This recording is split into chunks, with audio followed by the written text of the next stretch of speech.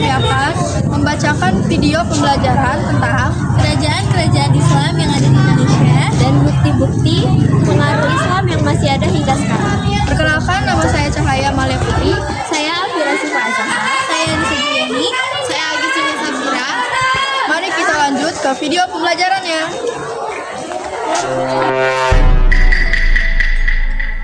Setelah Islam masuk ke Indonesia melalui jalur perdagangan, agama ini mulai berkembang dan diterima oleh masyarakat. Dari sinilah kemudian muncul kerajaan-kerajaan Islam yang berperan besar dalam penyebaran Islam di Nusantara. Kerajaan-kerajaan inilah yang akan kita bahas pada bagian pertama.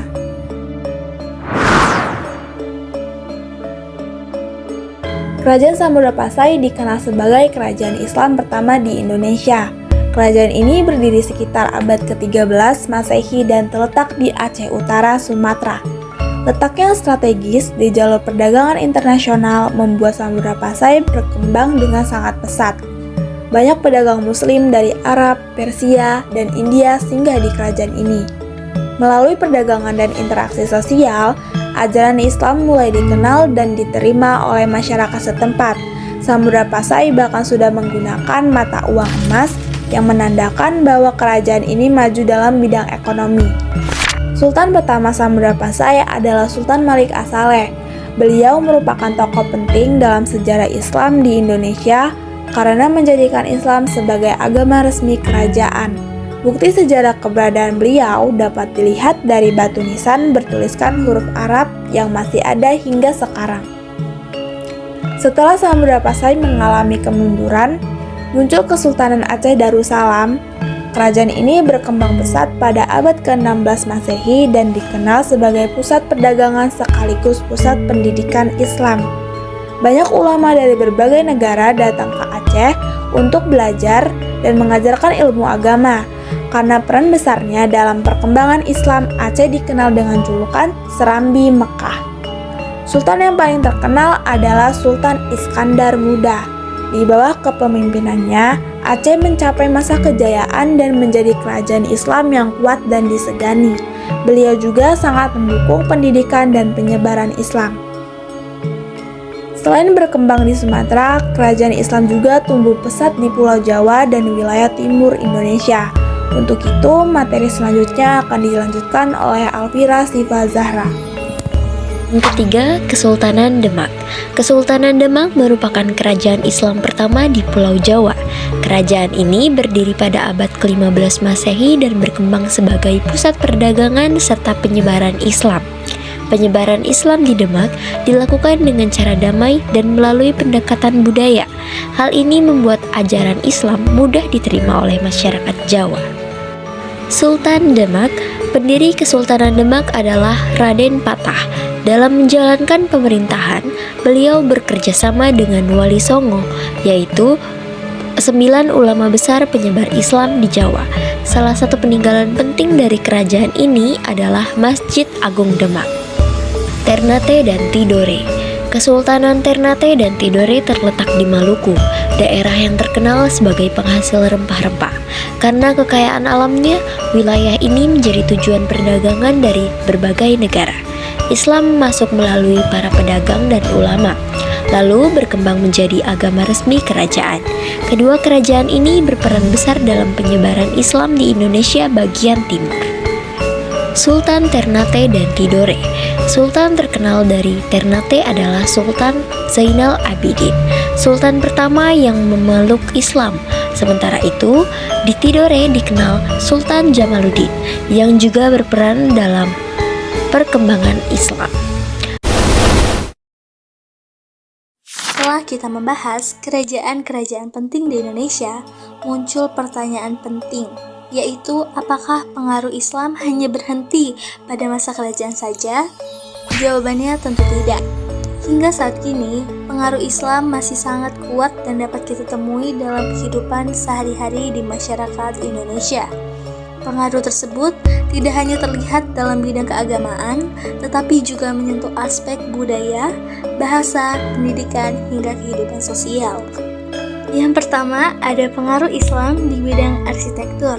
Salah satu bukti paling nyata dari pengaruh Islam adalah bangunan-bangunan bersejarah, terutama masjid. Masjid-masjid peninggalan kerajaan Islam di Indonesia memiliki ciri khas yang berbeda dengan masjid di negara lain. Hal ini menunjukkan adanya perpaduan antara ajaran Islam dan budaya lokal. Contohnya, Masjid Agung Demak yang memiliki atap bertingkat atau tumpang. Bentuk ini bukan berasal dari Timur Tengah, melainkan hasil adaptasi dari budaya Jawa. Begitu juga dengan Masjid Baitur Rahman Aceh, yang hingga kini masih menjadi pusat kegiatan keagamaan dan simbol kekuatan Islam di Aceh. Keberadaan masjid-masjid ini membuktikan bahwa Islam telah lama berakar kuat di Indonesia dan masih berfungsi hingga sekarang. Kemudian yang kedua ada pengaruh Islam di bidang budaya dan tradisi. Islam di Indonesia berkembang dengan cara yang damai, yaitu tidak menghapus budaya lokal, melainkan menyesuaikan dengan nilai-nilai Islam. Hal ini terlihat dari berbagai tradisi yang masih dilaksanakan hingga saat ini, seperti yang pertama ada sekatan, yaitu peringatan Maulid Nabi di Jawa. Yang kedua ada grebek maulud yang dilakukan oleh keraton. Kemudian yang ketiga ada tahlilan dan yasinan yang dilakukan masyarakat. Yang terakhir ada perayaan Maulid Nabi. Tradisi-tradisi tersebut bukan hanya kegiatan keagamaan, tetapi juga menjadi sarana mempererat hubungan sosial antar masyarakat. Ini menunjukkan bahwa Islam berkembang secara harmonis dengan budaya setempat. Pengaruh Islam di bidang bahasa. Pengaruh Islam juga sangat terasa dalam bahasa Indonesia. Banyak kata yang kita gunakan sehari-hari berasal dari bahasa Arab. Contohnya, iman, amal, doa, ikhlas, adil, dan amanah. Kata-kata tersebut tidak hanya digunakan dalam konteks agama, tetapi juga dalam kehidupan sosial dan pendidikan. Hal ini membuktikan bahwa Islam telah mempengaruhi cara masyarakat Indonesia berpikir dan berkomunikasi. Pengaruh Islam di bidang pendidikan. Sejak masa kerajaan Islam, pendidikan menjadi salah satu sarana utama penyebaran Islam. Hal ini dilakukan melalui pesantren. Pesantren tidak hanya mengajarkan ilmu agama, tetapi juga membentuk akhlak dan karakter. Hingga kini, pesantren masih berkembang dan menjadi bagian penting dari sistem pendidikan Indonesia. Selain pesantren, terdapat pula madrasah dan majelis taklim yang terus berperan dalam pendidikan keagamaan masyarakat. Pengaruh Islam dalam kehidupan sosial. Nilai-nilai Islam juga tercermin dalam kehidupan sosial masyarakat Indonesia, seperti sikap gotong royong, saling tolong-menolong, menjunjung tinggi keadilan, dan menghormati sesama.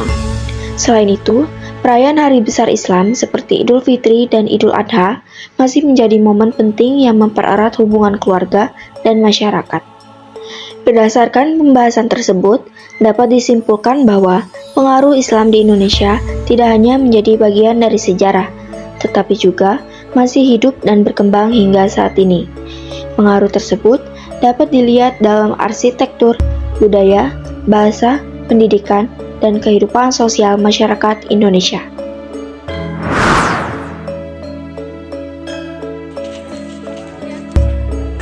Sekian video pembelajaran dari kami, semoga bermanfaat dan menambah wawasan kita tentang sejarah di Indonesia. Kami akhiri, wassalamualaikum warahmatullahi wabarakatuh.